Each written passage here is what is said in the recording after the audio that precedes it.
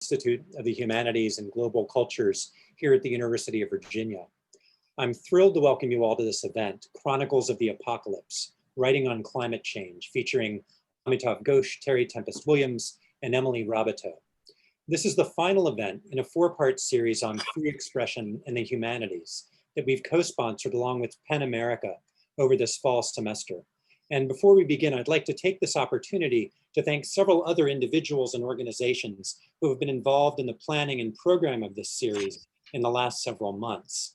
First, my colleague Deborah McDowell and the Carter G. Woodson Institute here at UVA, which co-sponsored sessions in September and October, including a roundtable on calling out, calling in, and the nature of free speech with Marlena Doubt, Tamika Carey, Meredith Clark, and Beverly Guy Sheftal, as well as a screening of the vice presidential debate in October with Jamel Bowie, Sally Hudson, and Andra Gillespie. Also thanks to colleagues at the Democracy Initiative at UVA. They put on a live recording of the Democracy in Danger podcast hosted by Siva Vaidyanathan and Will Hitchcock in the immediate aftermath of the election, titled Democracy in the Wake of 2020. Special thanks to the staff members of the IHGC and these other organizations, including Joseph Way, Karen Huang, Ann Gilliam, James Perla, Randy Swift, and Jennifer Ludovici. Without their work and improvisation behind the scenes, none of this would have come to fruition. And of course, our biggest thanks goes to PEN America, which has been an enthusiastic partner since our initial proposal for this series last spring. I'm especially grateful to Jonathan Friedman, Program Director of Campus Free Speech, and Nora Benavides, Director of the US Free Expression Program, for their openness to this idea when we first discussed it back in the spring, when things were fully closing down due to the pandemic. In that same spirit, I'm thrilled now to introduce Jennifer Egan, current president of PEN America. She's a prolific writer across genres and modes. Her most recent novel, Manhattan Beach, a New York Times bestseller, was awarded the 2018 Andrew Carnegie Medal for Excellence in Fiction. Her previous novel, A Visit from the Goon Squad, won the 2011 Pulitzer Prize, the National Book Critics Circle Award, and the Los Angeles Times Book Prize, and was recently named one of the best books of the decade by Time Magazine, Entertainment Weekly, and several others. Also a journalist, she's written frequently in the New York Times Magazine, most recently about pregnancy and childbirth among opioid-dependent women. Tomorrow is her last day as president of PEN America, and in fact, I just learned that aside from a last board meeting tomorrow, this is actually her last official presidential function. She'll talk to us for a few minutes about PEN America and its mission before we move to the main event. Jenny? Thank you so much, Bruce. It is great to be here. Thank you all so much for joining us. I've been actually looking forward to this event since last fall when we organized it as part of our World Voices Festival, which should have taken place in March and now, of course, feels like a parallel universe. But I'm thrilled that we're able to meet in this way and very grateful to UVA for partnering with us to make this happen. And as Bruce said, it's my last day as president of PEN America. The remarkable Ayad Akhtar will take over as president tomorrow. So it just seemed like an apt time to talk briefly about our mission and our work, which sometimes from the outside can look a little scattered, but in fact is guided by a very clear mission and set of goals. And that mission is to foster literary culture, insist upon its critical importance to democracy, and protect the freedoms that make literary expression possible. Here in America, and certainly in the worlds of publishing and higher education, liberal arts study, we tend to worry that reading isn't valued enough. But that worry is really a luxury and a measure of the degree to which we take our free speech rights for granted. Some of PEN America's best known work involves lobbying on behalf of writers outside of America who don't enjoy those freedoms. And we recently released an index of writers detained and imprisoned for their work worldwide. And in 2019, there were at least 238 such writers. And we've had a lot of success at PEN America over the decades in lobbying for the release of some of those writers. Successful autocrats understand the importance of reading and writing because literature contributes directly to a population that is intellectually healthy and capable of critical thinking. And the writers we're going to hear from today exemplify this point, embodying in their work an awareness of the existential danger posed by climate change, encouraging conversation around work like theirs is the very heart of what PEN America exists to do. And in addition to our festival, which this event, as I said, it was originally part of, we host literary awards and we have a huge number of categories and give a lot of money away in prizes to writers at every stage in their careers. And we now have hubs all across the country, including many in red states. And I should emphasize here that PEN America is a nonpartisan organization and always has been in its almost 100 years of existence. It will be 100 in 2022. We sued Donald Trump 2 years ago, it is true, but not for being a horrible president, but because he repeatedly tried to use his presidential power to muzzle the press, which violates our Constitution. While writers in America don't have to risk imprisonment to do our work, thank God, we are silenced in other ways, and PEN America works to reverse that silencing whenever and wherever we see it. And I'm going to just give you a few examples of what may seem like disparate endeavors that all fall under the rubric of trying to address silencing. Maybe the most obvious is our long history of working with incarcerated writers, providing mentorship, helping them get their work published. Another example is online harassment, which can be incredibly stymieing to writers and journalists. We've created a very popular toolkit to help writers who are dealing with that problem. Political intolerance at both ends of the political spectrum can be extremely silencing, especially on university campuses or college campuses. And we've done a lot of work with campuses all over the country, including UVA, trying to help people communicate through disagreement rather than shutting down conversation because of disagreement. Crucial difference. Another area we focused on a lot in the past couple of years is the disappearance of local news.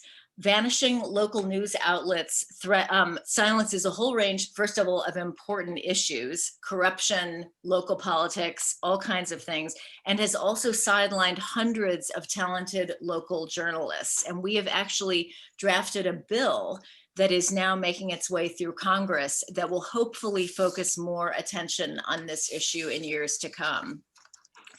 We publish white papers, research papers on various topics, and the most recent is focused on censorship in Hollywood by the Chinese government so that films can be marketed in China, an enormous marketplace for American films, and the impact this has had on American filmmaking. I urge you to read it. It's available on our website, and it's quite remarkable. And of course, systemic racism is deeply silencing, and we have worked for many years at PEN America to elevate writers of color and to encourage a literary culture that engages and reflects America's population of readers. So that is hopefully a taste of some of our work. We sometimes have to pivot. During COVID, we raised $500,000 and gave it away to writers who were struggling financially because of the pandemic.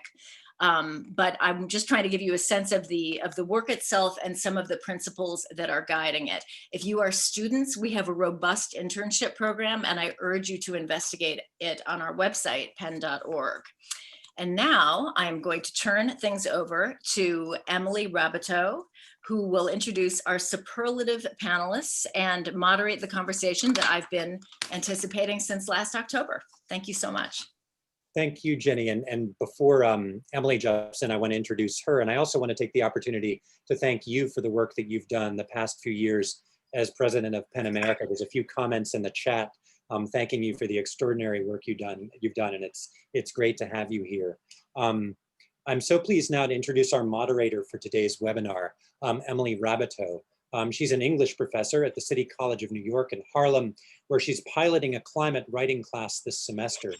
She's a contributing editor to Ryan magazine, and her own climate writing has recently appeared in several essays in the New York Review of Books and New York Magazine.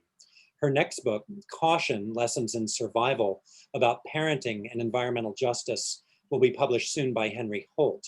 There's a harrowing sentence in her essay, Lessons in Survival, one of her recent pieces for the New York Review, that I wanted to share. She's reviewing 2 recent books on climate change, and at one point she writes, quote, "The climate crisis has worsened in the short time since these books were written, pointing to the challenge of a genre that cannot keep pace with its subject." That sense of acceleration and compression, compressed temporality, characterizes so much recent writing on the climate emergency, and I'm sure it will be one of the themes of the discussion today.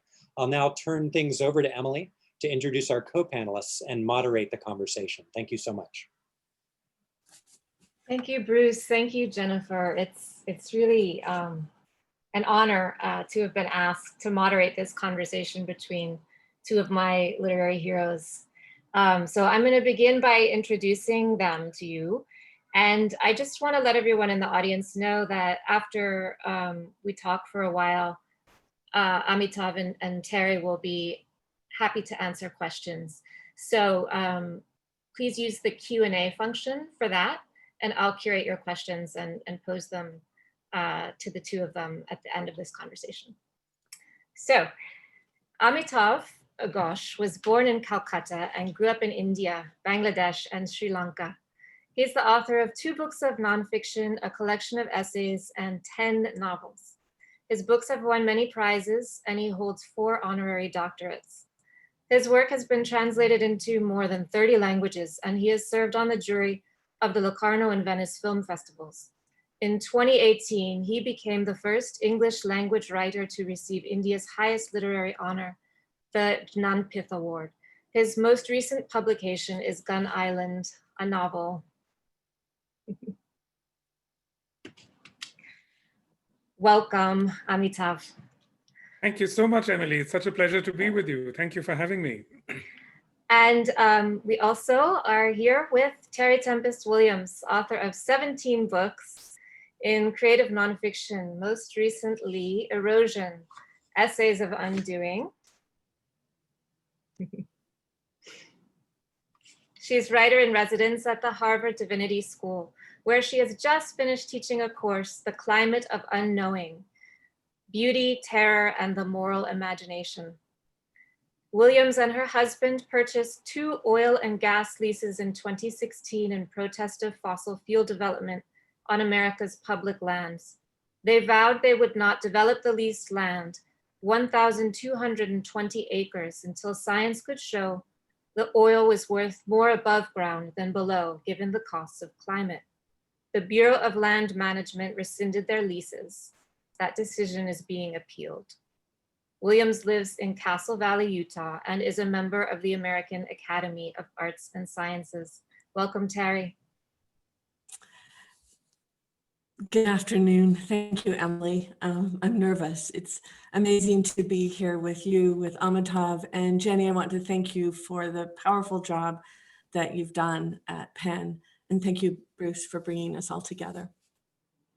I thought we could start our conversation by talking about our individual habitats and how these respective environments have driven us to write about climate change.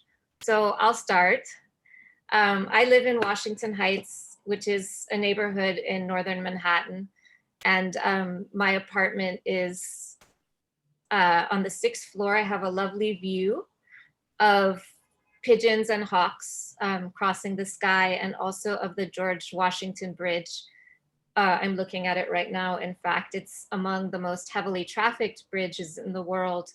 And that fact, along with the fact that this neighborhood is at the nexus of several major highways, means there's a lot of traffic, a lot of fumes from cars, and the kids in this neighborhood, including my own 2 children, suffer from asthma at an exorbitant rate, is 6 times the national rate and 3 times the citywide rate. So we're also a block from a major bus station. It's it's right a block away. So the poisoning infrastructure in my neighborhood, that's often placed in Black and brown fence line communities, so often at the front line of climate change, such as the urban heat island effect, of course, these are also communities now suffering at much higher rates from COVID deaths, has drawn me into this subject, I think, as a mother who cares about clean air. But then also in 2018, right before the IPCC report came out, I ran across a public art project in a nearby park. And it was something that awakened me because it was about the threats posed to New York City by climate change, and in particular, sea level rise. That was about the same time that I read The Great Derangement by Amitav, which we'll get to momentarily. But since that time, I've been writing almost exclusively about the intersection of public art and climate change, environmental justice, and public health.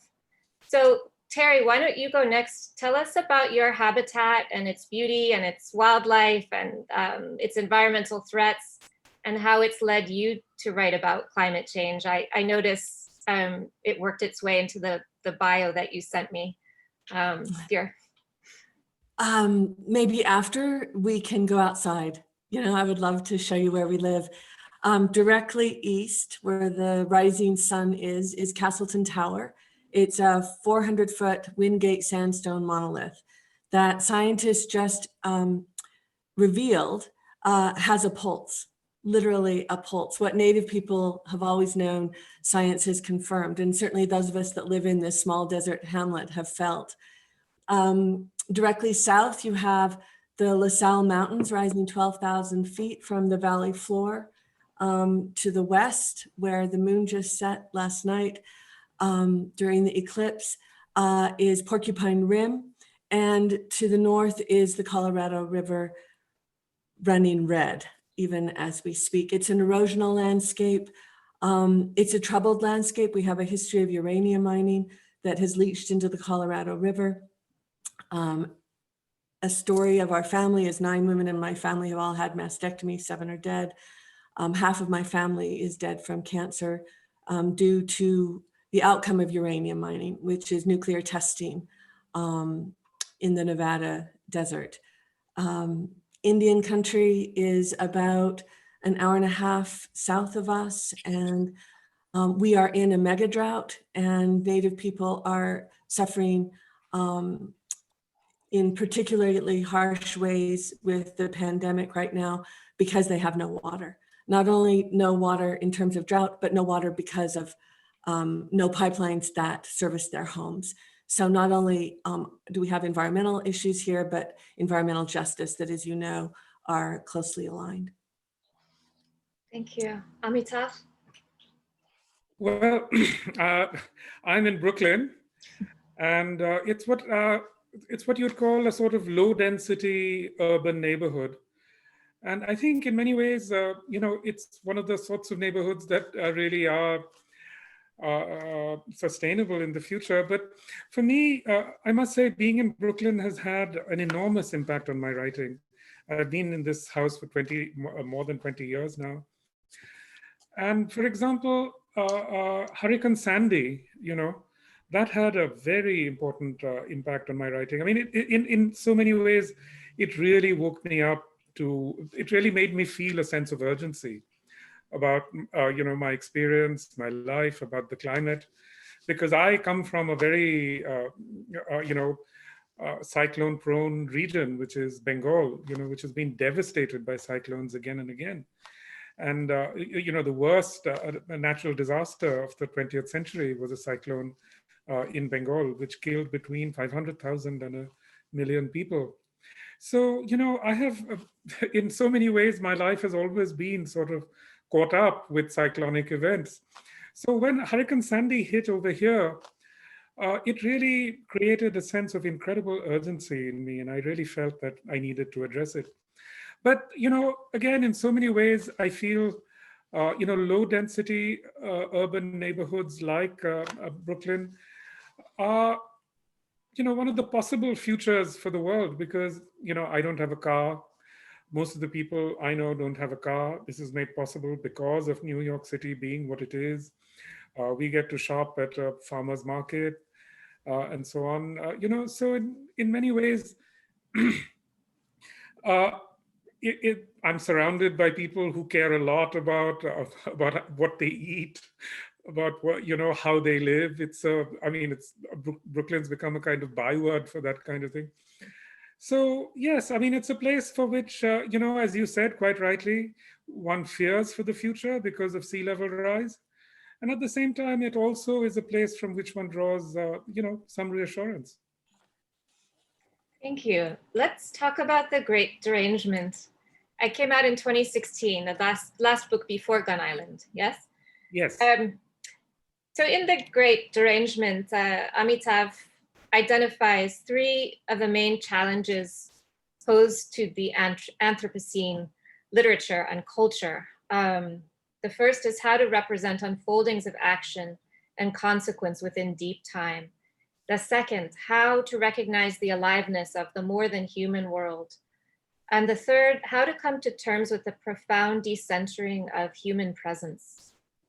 This book is especially interested in the realist novels' inadequacies, I should say, in this respect.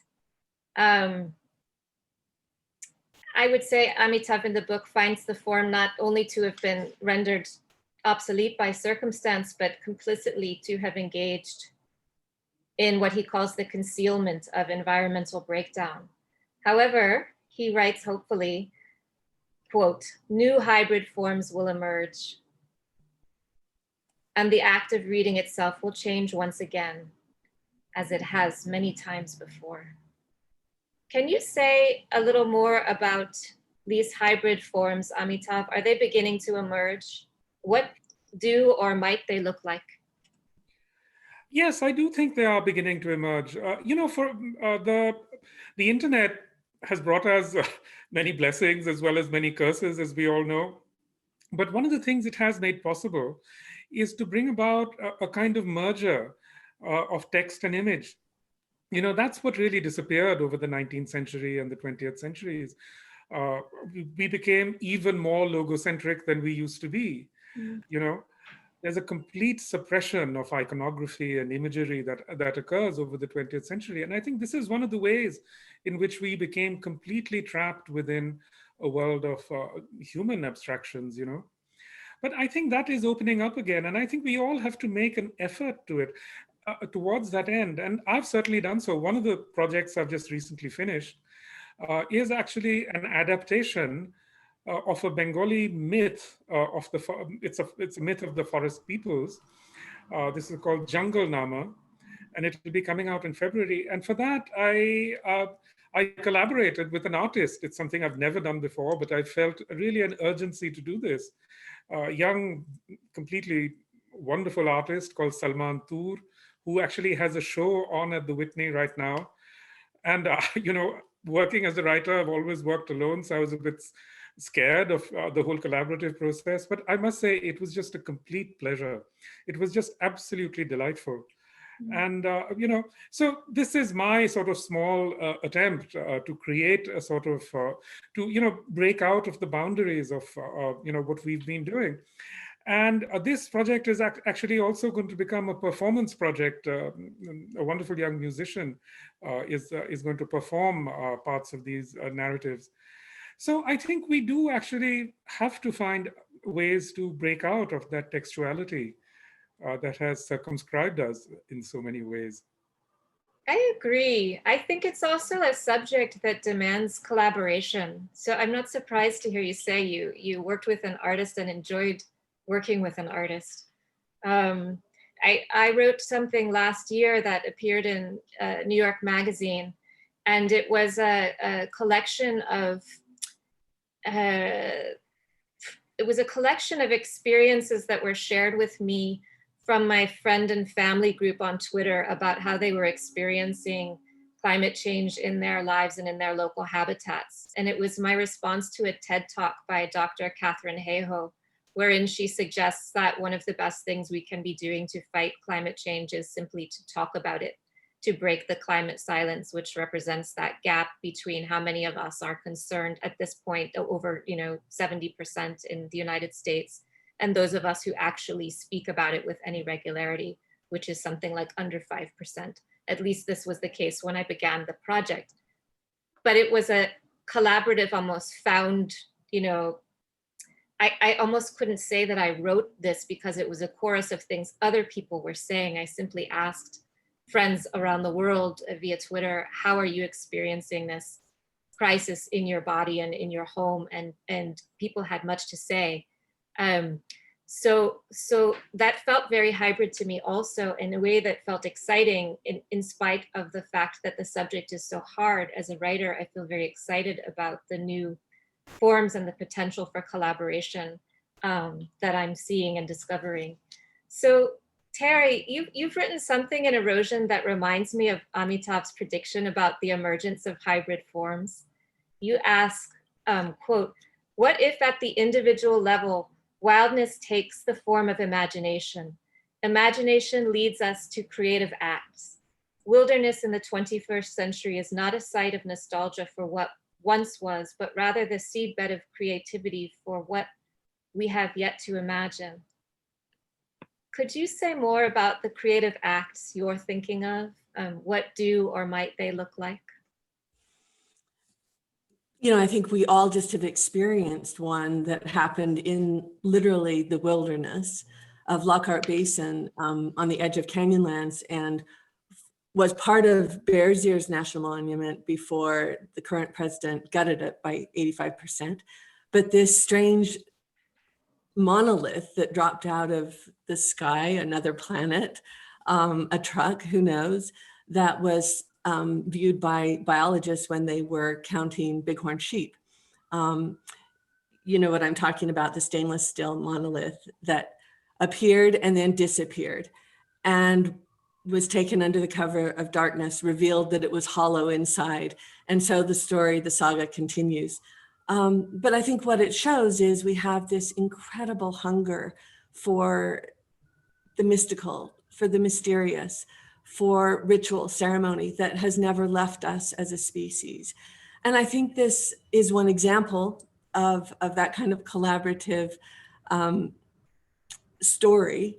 I know personally, I'm so interested to hear both you, Emily, and Amitav talking about collaboration. Since I've been home for the last 9 months in the desert, we have maybe 200 people in our community.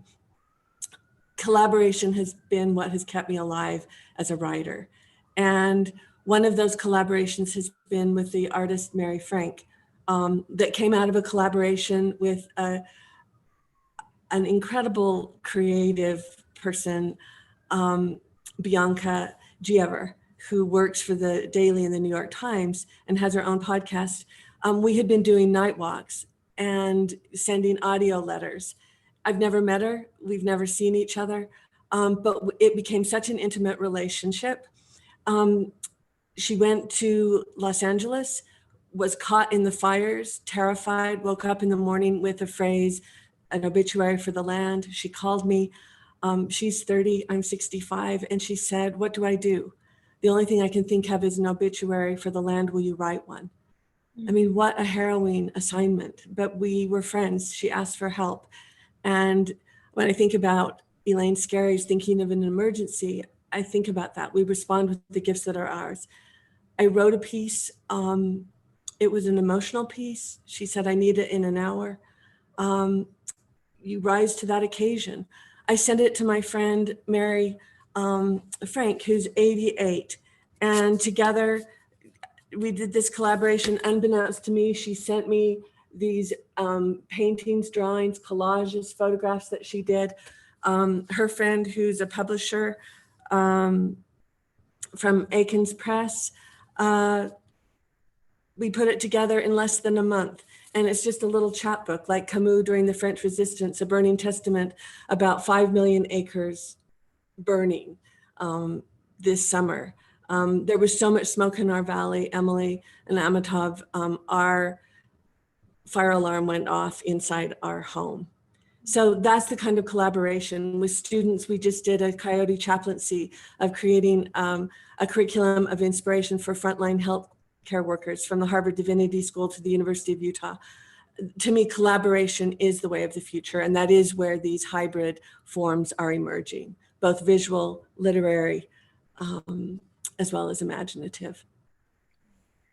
Thank you both for sharing news of those experimental works. Let's talk a little about migration in the context of climate and climate writing that you two are doing. Amitav, you divide your time between Goa, India and Brooklyn. Terry, you divide your time between Castle Valley, Utah and Cambridge, Massachusetts. I'm sure neither of you are traveling between here and there during the pandemic, but I wonder if we could riff on migration in the climate context, thinking about climate migration of humans driven from home places by climate collapse, of birds and other animals. How have you written about migration in the climate context? Is that for me? Yes, we'll start with you, Amitav. Well, you know, we all know that millions and millions of people are going to be displaced. Where I'm from, Bengal, millions have already been displaced. You know, most of the displaced people actually remain within their own countries. So, for example, in Bengal, many of the displaced people have actually ended up moving from Eastern India to Western India. There's been a huge sort of demographic churn within India. The working classes of Western India now are all people from Eastern India. I mean, it's a really strange thing. When I first started living in Goa, you know, you would never see or hear Bengali. Now you hear it all the time. And at the same time, you know, it so often happens here in Brooklyn that I hear people passing by speaking Bengali, because all the repair people who repair the fronts of these brownstones, a very large number of them are actually from Bengal. It's an extraordinary thing, you know. 30 years ago, you know, when I first visited America, you would never hear Bengali spoken on the streets or anything. Now it's just become so common. In Venice, you know, Bengali is the language you hear most after Italian. Mm-hmm. So, you know, my book, Gun Island, is partly about that. It's about the displacements that have come about, you know, through climate disruptions. But one thing I should say here is that, you know, in 2015, 2016, I spent a lot of time in Italy during this climate, you know, during the migration crisis. And I interviewed a lot of migrants, you know, Bengali-speaking migrants, Urdu-speaking migrants, Hindi-speaking migrants, also Arabic-speaking migrants. And it was very striking to me that none of them thought of themselves as climate migrants, you know, because within, as it were, the expert discourse, there's an idea that these people are all climate migrants, you know, but none of them would actually ever admit to that, even though many of them, especially the Bangladeshis, are very well informed about climate issues. But what they always will insist is that, you know, there are multiple kinds of crises that are coming together, you know, at this moment of planetary crisis. I think it's something very important to remember that, you know, this is not just a crisis of climate. And especially in this pandemic, you know, it's very important to remember this because, of course, the pandemic and the climate crisis are not causally related, but they are cognate phenomena in the sense that they're both caused by this incredible acceleration that we've seen, the acceleration and the ecological breakdown that we've seen over these last 30, 40 years. So, you know, it's multiple intersecting crises that we have to be thinking about, I think. Mm-hmm. It's interesting to hear you talk about migrants who in one discourse might be described as climate migrants, but don't think of themselves as that way. I recently profiled a woman that I know who describes herself as a climate migrant, and she, her home was destroyed in Staten Island after Sandy, or during Sandy, and she now lives in a van. And I think that that term climate migrant isn't often something we think of here in the United States, but I find it so interesting that she applies that term to herself. Terry, do you have anything to add about migration in the context of this conversation? You caught me in an emotional I wasn't prepared for this.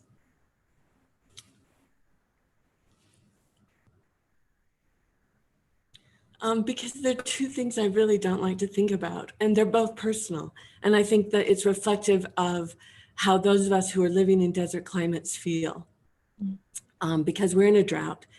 And on one hand, we're very privileged. I'm privileged to be here. It's so beautiful, and we're here by choice. On the other hand, you know, the history here has been displacement. The pre-Babylonian people had to move because of drought. And the conversation in our community, in the Four Corners, in the American Southwest is, will we be able to stay here? I just went out with the Mayor Doma, Bill Hedden, who's been the water master for 43 years. Our aquifer is being diminished. Our springs are drying. The Hopi know this. They've been knowing this for decades and have been talking about this. With fracking, with fossil fuel extraction rampant in our area, it's dropping the water even more severely. So the conversation that we're all having as neighbors is, are you going to stay?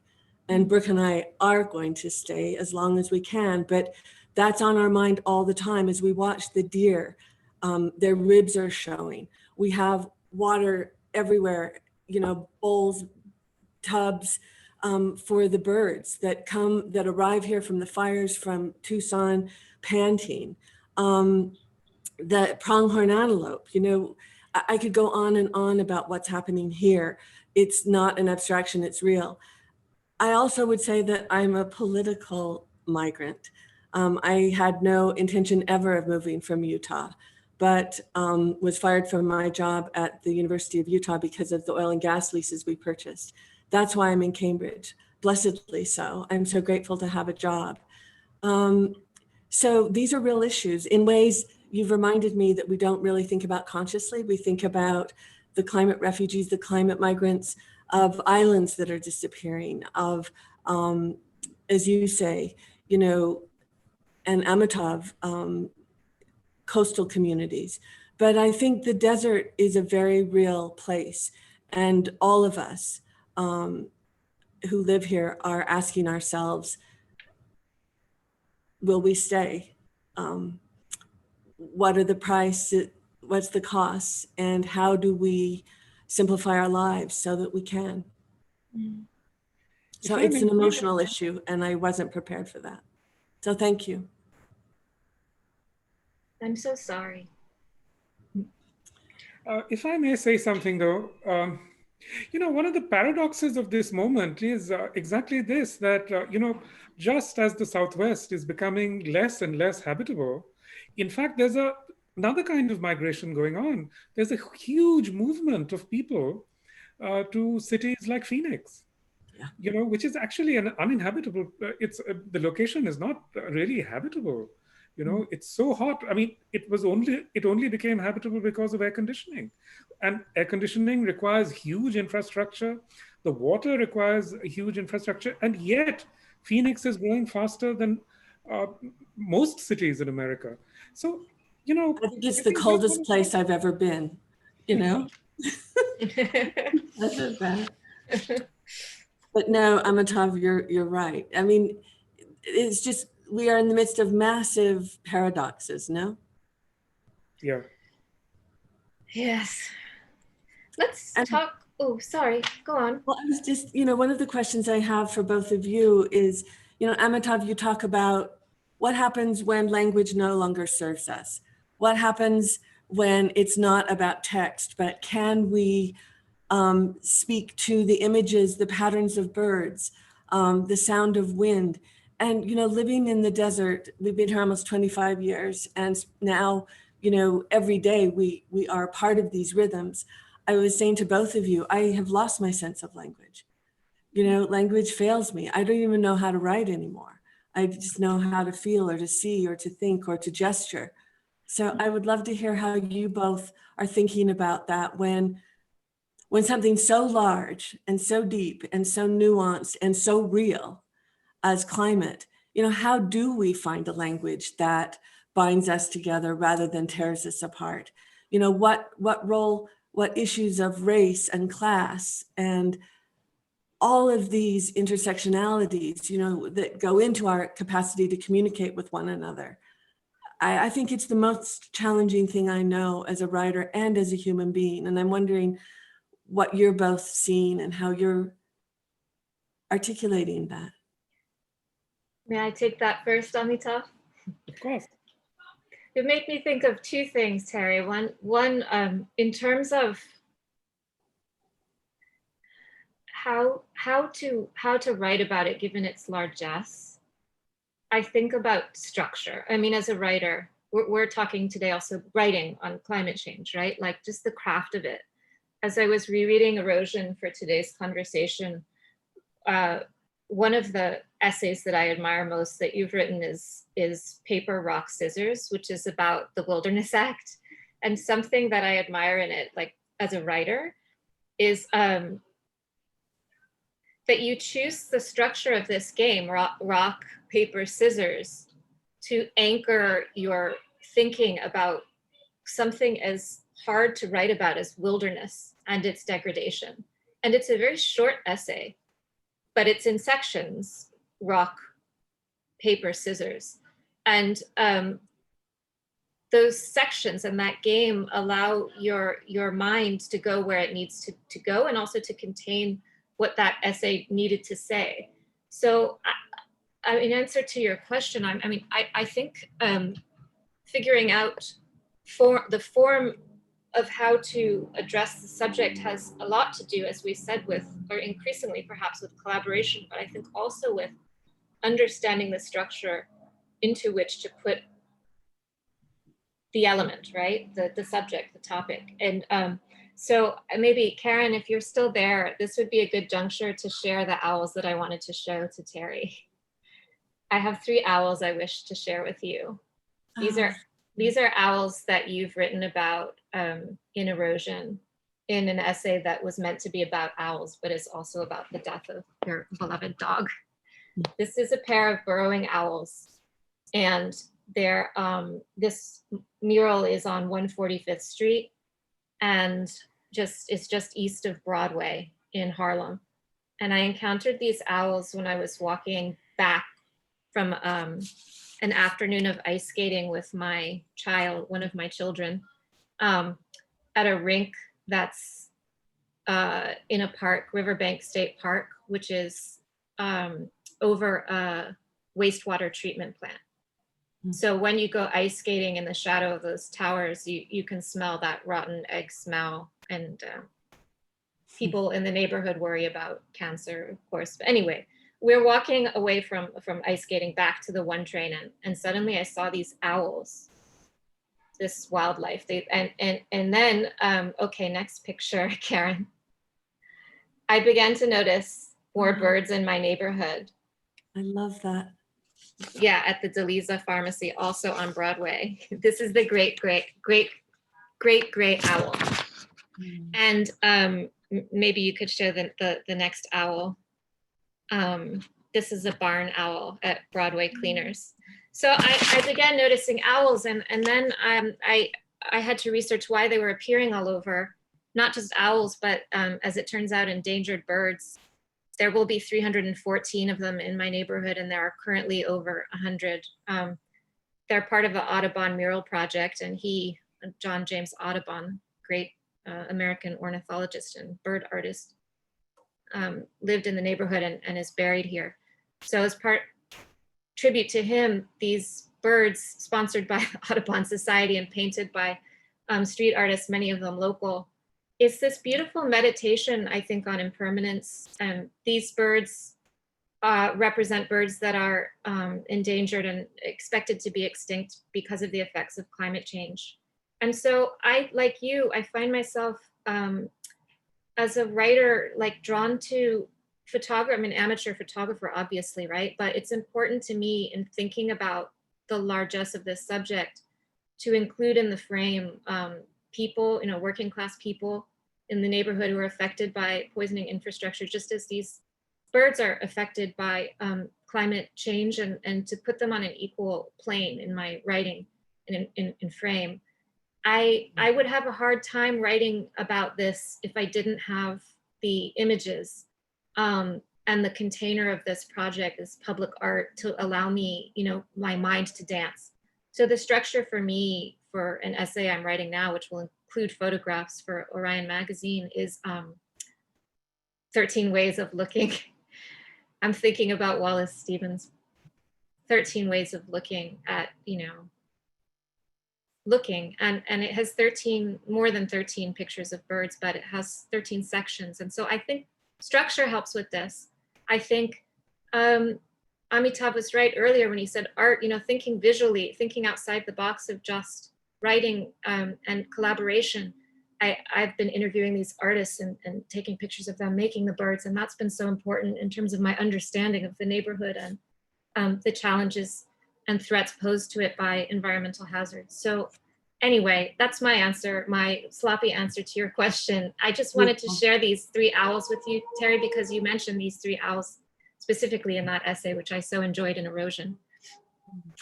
Thank you for sharing that. Amitav, what would you say?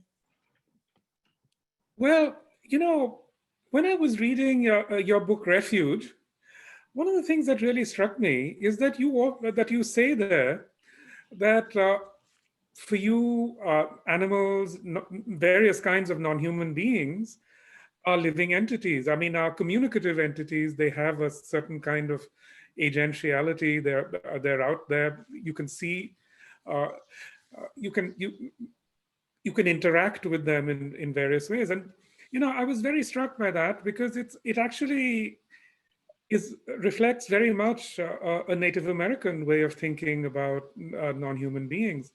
But I never thought of it. It's so much at odds, if you like, with a sort of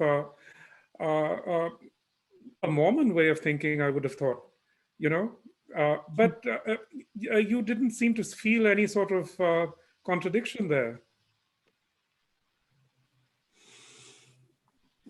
I think, living in the West, where the land is such a big part of one's identity, and the family that I grew up in, paradoxically, who made their living off the land, laying pipe for natural gas, that's where we spend our time. And when you're alone, you make friends with other forms, right?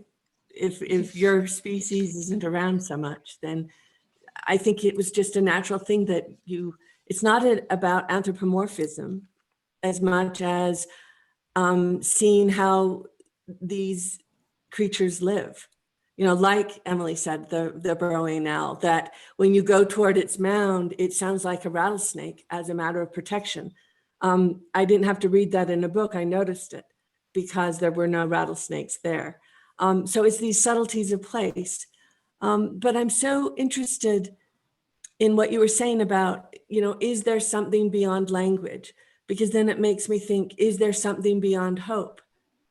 Because I think we get stuck with the climate crisis, that is it hopeful? Is it about doomsday? Is it apocalyptic, or is it transformative?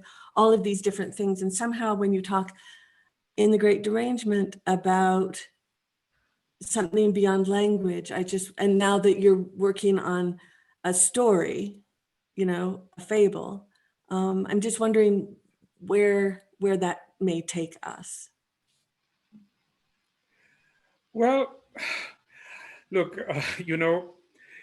if you're a writer, I don't think you can actually delude yourself with the idea that something you write is going to change the direction that the world is going in.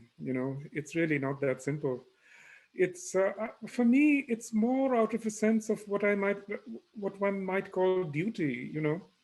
I mean, all my life I've been writing. So for me, the question is really about, have I been deluding myself all along in what I've been doing? And that was really for me, the sort of incredible sort of jolt of writing The Great Derangement, suddenly realizing that I've been working in this form, which systematically excludes an awareness of the world around us, and how do we find our way back to that? And in what way can we find our way back to that? Those are the questions that really haunt me now, rather than the idea of materially changing the world, because, as we know, that's not something that a writer is likely to achieve. At the same time, I must say that, working in this moment, which is in many ways a very dark moment, I did find that once I had made up my mind that I was going to try and find different forms, it was incredibly liberating. It was incredibly exciting and liberating, writing completely different kinds of, things in completely different ways. So in a way, that's the extraordinary thing about this moment of such profound challenge, that in its own way, it's also incredibly exciting and rewarding.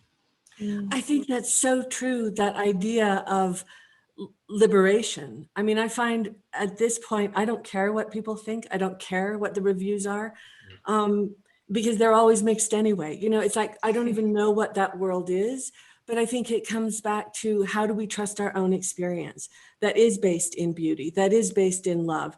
And if it's about love, then it will also be about grief.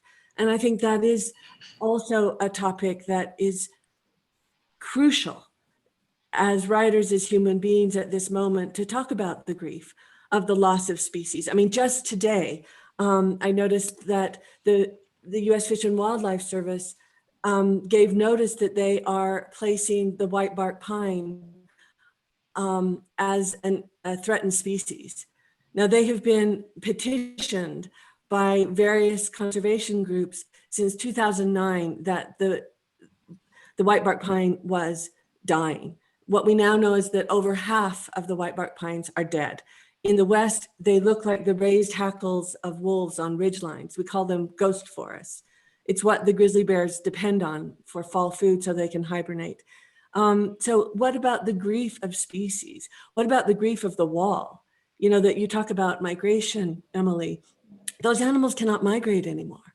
The jaguar that is coming from Mexico through Arizona, how that cannot happen now, and I just think it is about beauty, it is about love, it is about grief. And how do we hold all of these at once? This is from Melanie Griffin in the chat to Terry's question. How do we find the language? I wonder what the panelists think about approaching it from the angle of grief. Grief is such a universal experience. And as climate losses advance, I feel that we writers can help people unite globally to process our grief and come to acceptance and empowerment. I actually, Terry, was given a copy of a syllabus class you taught a couple of years ago in 2018, Apocalyptic Grief, Radical Joy. I wish I could have taken that class. But thinking about that title that you arrived at, putting apocalypse and grief and joy, radical joy, together also in the context of the title of this panel, which is Chronicles of the Apocalypse, and thinking about climate lexicon, grief, and the words we apply to the moment. I'm reminded of a moment of grief last spring when I witnessed my kid's second grade teacher in Google Classroom, since teaching was remote, talking to the class about George Floyd's murder. And the words that she used to explain what had happened was, she said that a Black man named George had been hurt by police in Minneapolis. And there was one little boy, Isaac, he said, "No, Miss Peggy, they didn't just hurt him, they murdered him. They put their knee on his neck until he couldn't breathe. They strangled him." And I thought that was such an important thing for him to say, right? Like that the words we use to apply to this attach to the grief we need to feel to process and confront it. And in terms of thinking about climate lexicon, the Guardian started using the term climate crisis instead of climate change only about a year and a half ago in its media coverage, because climate change is too anodyne a term, especially since deniers can always say the climate has always changed. And others like meteorologist Eric Holdhouse use the term climate emergency. So I just wonder, yeah, how we think about the use of the term apocalypse when applied to the climate crisis, and thinking about words. I see people in the chat are wondering about this, and also the oscillation in climate writing between hope and despair. Amitav, what would you say? Well, I think there are certainly pluses to using terms like climate crisis and climate emergency. But, we have to also remember that there's a lot of anxiety around those terms, especially in parts of the world that are poor, parts of, part of the world where I'm from, for example, because there's a fear that in fact these terms are being used to enact various kinds of draconian measures, which will ultimately end up with geoengineering. Because we can see increasingly that geoengineering is being normalized, and it's being normalized under the rubric of there is no alternative. So I think, yes, in as much as these terms heighten people's awareness of what's going on, they are useful. But there is also, on the part of many kind of elite groups, really an attempt to create what might be called climate terror, under the rubric of which they will enact various kinds of extreme measures, which actually will work out to the benefit of temperate countries and be utterly devastating for countries in the tropics. So, it's an area which one has to tread in very warily, I think, because we can see already now, I mean, especially Yale and Harvard are really putting themselves out to normalize geoengineering. Mm. I have a question here from Mary Oak. Curious to know how, when addressing climate catastrophe, you create a space for grief. For those of you who teach, how do you hold a space for the grief that arises in the students? Maybe you could talk about this, Terry, since you named a class about it. Apocalyptic grief, radical joy. I think it's rough and it's a risk. And having just had our last class last night called A Climate of Unknowing, Beauty, Terror, and the Moral Imagination, I team taught it with an incredible educator named Diane Moore. As one of our students said halfway through the course, this is a spectacular failure. And I think that he was right. And I think what we learned is we don't have the answers, but we have to have the conversations, the hard conversations. And one of our texts was Staying with the Troubles by Donna Haraway. How do we stay with the trouble? And then how do we act in the midst of the trouble? Which I think brings us to the politics, the acts of civil disobedience, of resistance in these mass movements that we're seeing around the world that I think, Amitav, you speak of. And I wonder, when you talk about Gandhi, is there such, with the kind of schism that you're talking about with a carbon intensive economy that is about wealth and power, how do we take that on in terms of equity and fairness with industrialization of other parts of the world? I mean, these are the complications that we have been talking about in our class. How does this square with deep time cycles, not just human time, but glacial time, and those cycles that we're on? And I think what's interesting is when we opened the class to the students' own creative efforts, it came back to collaboration. That, despair for me is the recognition, the limits of my own imagination. Imaginations shared create collaboration. In collaboration, we create community, and in community, I think there is great strength. So again, to me, it's about how can we emerge in this moment as full present human beings? How can we have the hard conversations? How can we look one another in the eye? How can we ask what is the proper vocabulary, and what do we do with our grief? What are the rituals? What are the gestures? And I do go back to my religion. I have left Mormonism, but there is a great sense of community and of ritual and responsibility. And I think in that sense, religions aren't a bad thing to mine for what binds us together in those moments of grief and terror. Well, I think you're absolutely right, and it's interesting to know that you're at the Harvard Divinity School, which actually has a large group of people who've been thinking very seriously about these issues, and that's very striking to me. Actually, I mean, I think that the person who's done the best thinking and writing about climate in many ways is Pope Francis. And it's kind of interesting that that is the case.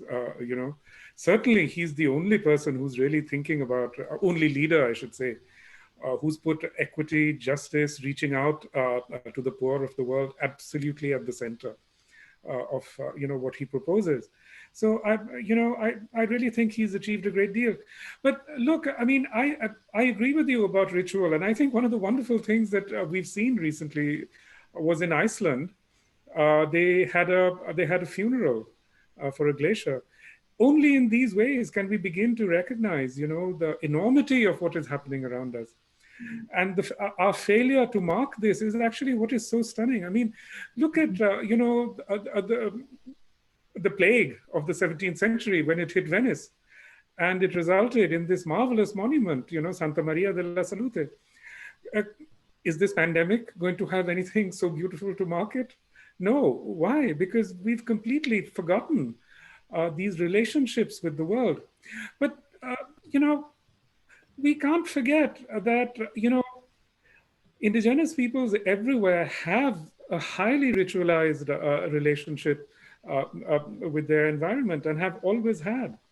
But that kind of awareness was actually systematically suppressed, especially in the United States, where really beginning with the late 1880s, indigenous traditions and rituals were banned, in a country which actually has religious freedom in its constitution, So I think we just have to remember that the disappearance of these ways of thought is not an accident.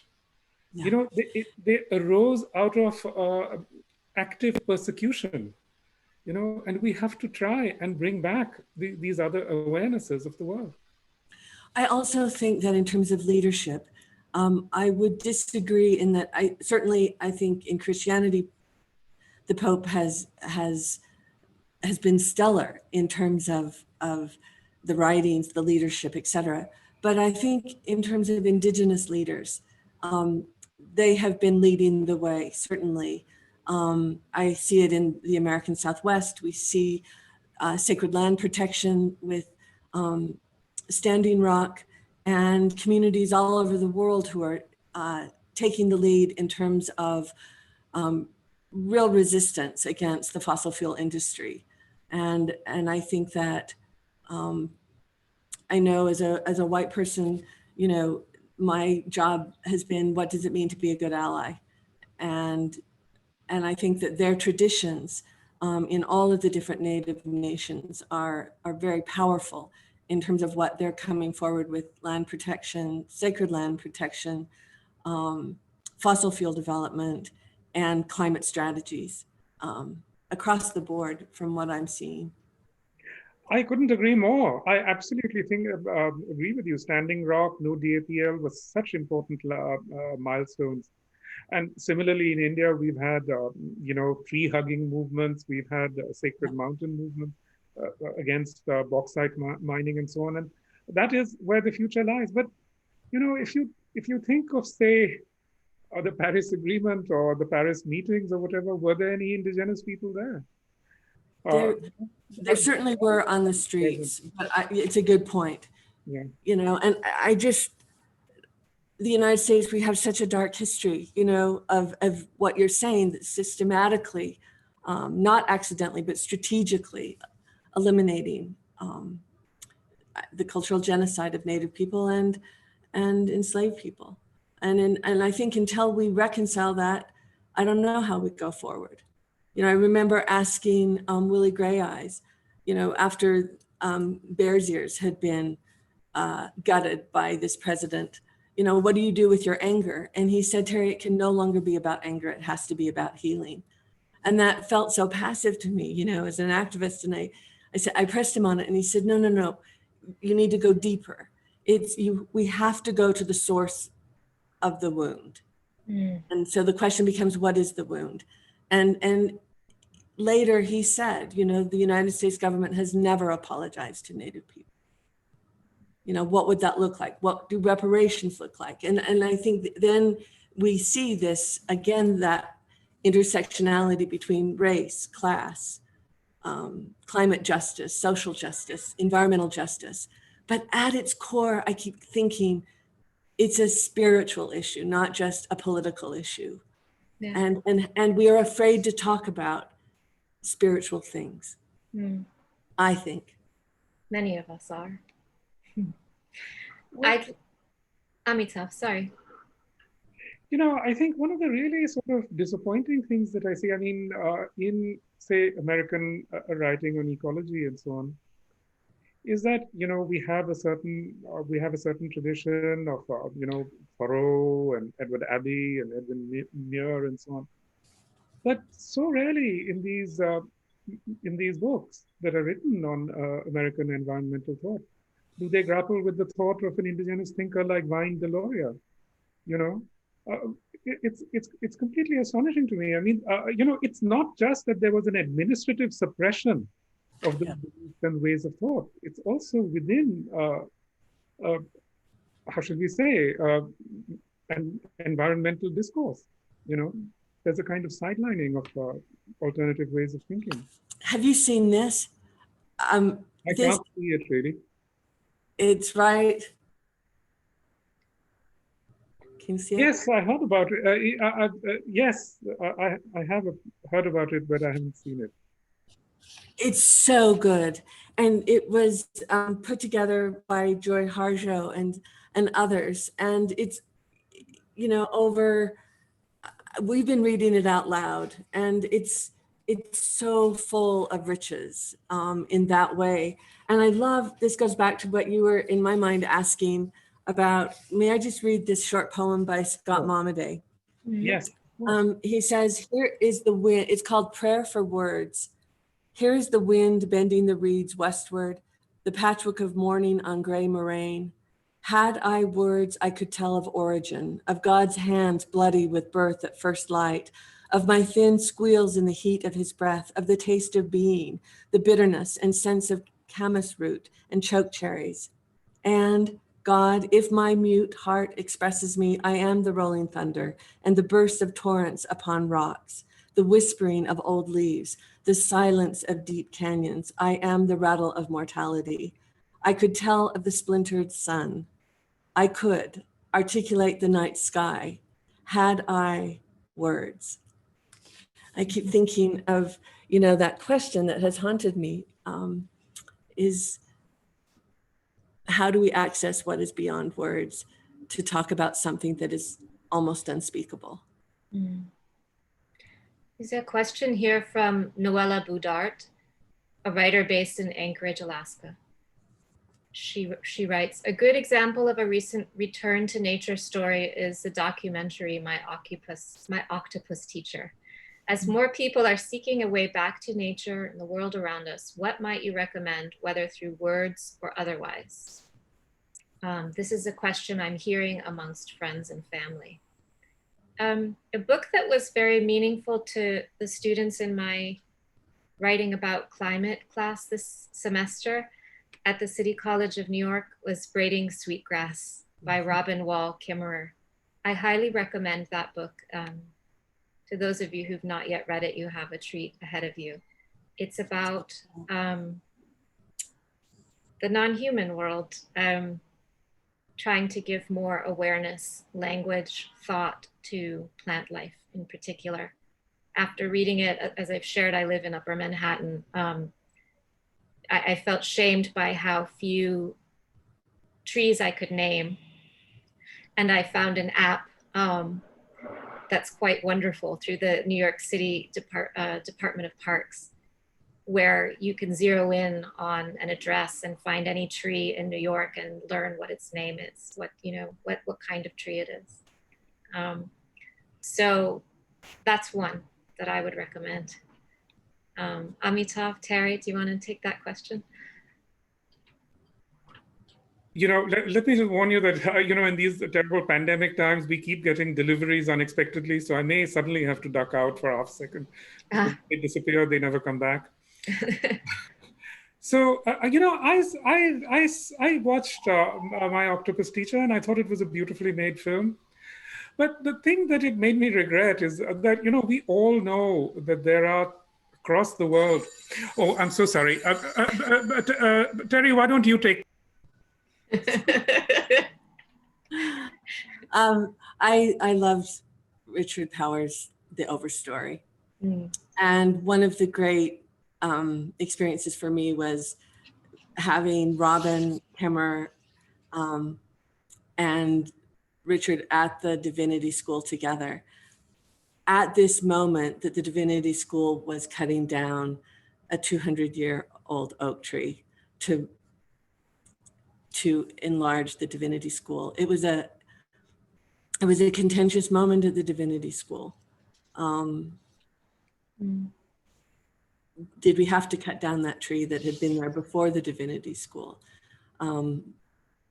And to have the conversation, again, the hard conversations with the student, the faculty, the dean, at a Divinity School about what is the nature of life.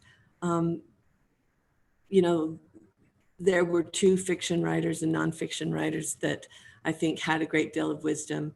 And going back to your point, Emily, it was Robin Wall Kimmer who said, call this for what it is, which is murder. Yeah. And none of us had dared to say it in those terms. We had said it's killing the tree, but we had never dared say this is murdering a tree. And what is the difference between the body of a human and the body of an oak elder? So I think these are the questions we're having to ask ourselves. And I do think that a spiritual conversation is important, however we define spirit, because I think it is going to take these qualities of resiliency, of grief, of self-awareness, of sacrifice and joy to come into this new consciousness. And I think that this consciousness is awakening. I think it's what your work does, Emily. It's certainly what Amitav, what you bring to us through your novels and your nonfiction. But I think there's a burden with that heightened consciousness. The burden is, how do we enact what we now know? And that's where I think the vitality of the struggle is. Amitav, would you care to finish your thought that you began before running to get the package before it was stolen? Well, I was just saying, I thought it was a lovely documentary. I loved it.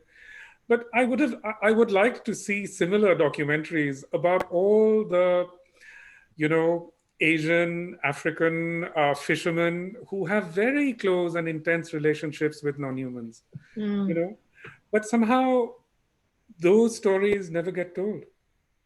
So it becomes a story about technology. It becomes a story about, high-tech diving and so on. I really wish these other stories would also get told about human, non-human relationships. Yes. Here's a question for you, Amitav. I saw yesterday someone on Twitter asked you to recommend recent novels that passed the Great Derangement test. And he said he had recently bought copies of Gun Island for family and friends, but was hungry for more. And since his question actually is more or less duplicated by a lot of other questions in the chat and the Q&A, which have to do with what we would recommend. Terry recommended The Overstory by Richard Powers already, but maybe you could share with the audience what you recommended to that individual on Twitter and why. You had also mentioned Overstory in response to him. There are so many wonderful books now. I think 2018 somehow was an inflection point. And after that, there's been an outpouring of writing on fiction. I do feel that Overstory was special in a certain way because Overstory was the first book of this kind that wasn't marginalized, that it wasn't treated as fantasy or science fiction, or it was treated as a serious mainstream novel, so that was a significant change, I think. But then there's so much.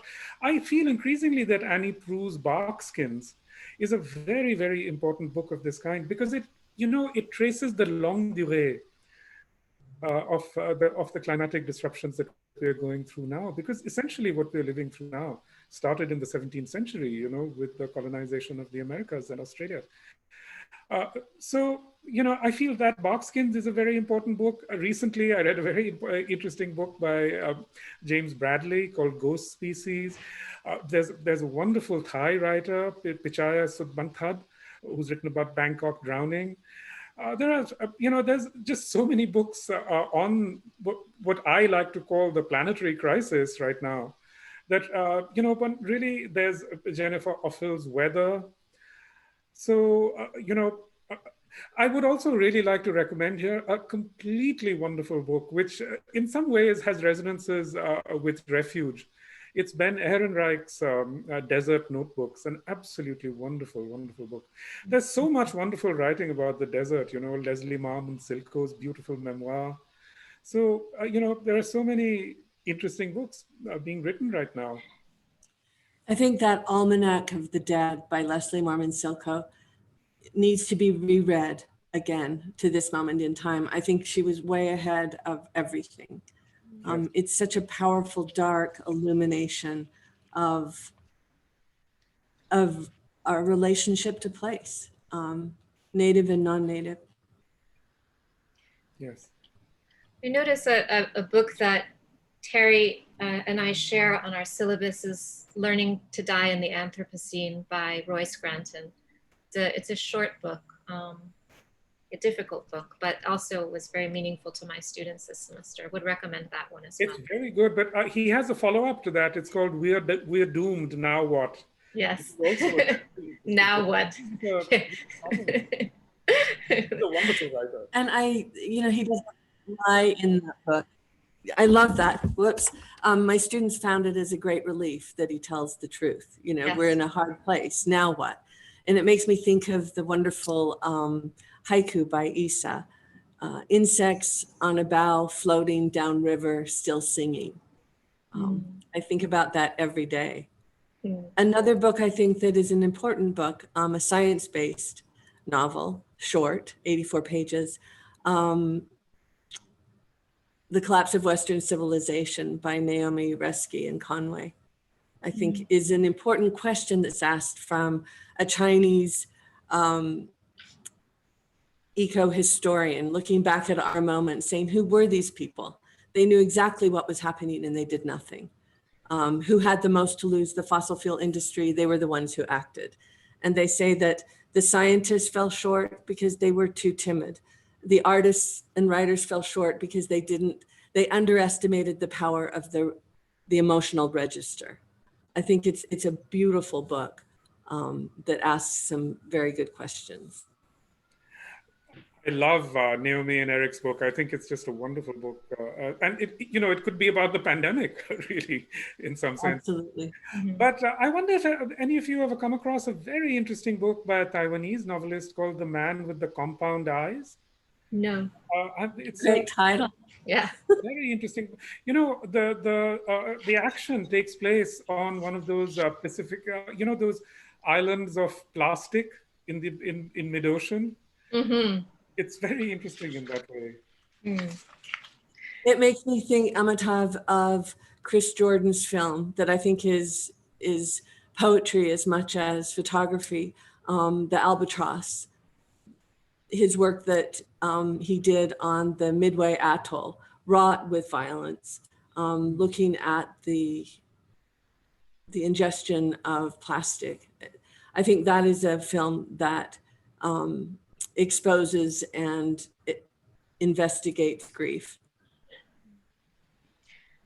Well, now that we've Emily, I really feel, I was just going to say, if you would say something about the parable of the sower. I just think that idea of the earth seed journal, that God is changed, change is God. It's something we don't think about, of our relationship to change. I'll say a couple words about Parable of the Sower, and then in the interest of time, I wondered if we could close with you showing us some of your landscape, Terry. I don't know if your bandwidth is good enough for us to see it. It's already dark where Amitav and I are, but it would be lovely to see some of the desert. We're all stuck in our homes. Yeah, Parable of the Sower. We chose it as the first book. Writers Rebel, a group that I and Amitav both belonged to and participated in before the pandemic made participation more challenging. And we started a climate reading book, reading group. And through the Brooklyn Public Library, the first book that we chose was Octavia Butler's Parable of the Sower, which is the first book in her Earthseed trilogy. And we chose it because the protagonist, who lives in a future, a near future that looks very much like our current reality in California, where there are fires burning, has this special ability. It's also a disability, which is really empathy. She has a hyper empathetic response to the pain of others, which is something that her parents have felt meant that she needed to be shielded from the larger world, but in fact is her great strength. And she develops a kind of religion where she comes to understand that change, in her estimation, change is God, that change and accepting change instead of denying it or hiding from it or pretending it isn't happening is the way forward. And it's a wonderful book. It's recently become a bestseller, even though it was written in the 80s. And for anybody who's not familiar with that text, it's a wonderful novel about climate change, and that predicted a lot of what we're experiencing right now. And an opera as well, Justin reminds us. Yes, it was recently made into an opera. Thank you for that. Why don't we look at your landscape as a conclusion to our conversation? Will it work? Let's try it. Let's try it. Emily, thank you. And thank you, Amitav and Jenny and Bruce and all of you who have joined us.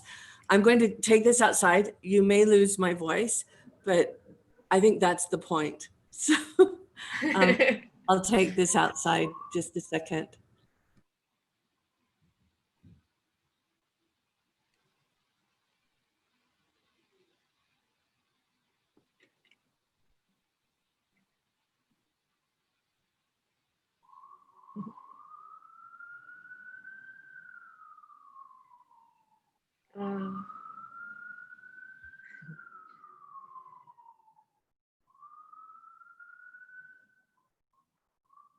Wow.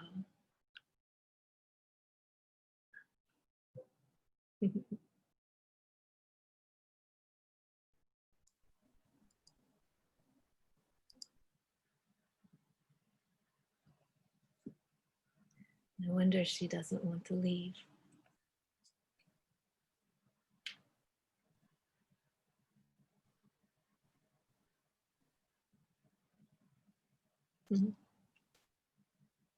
Thank you.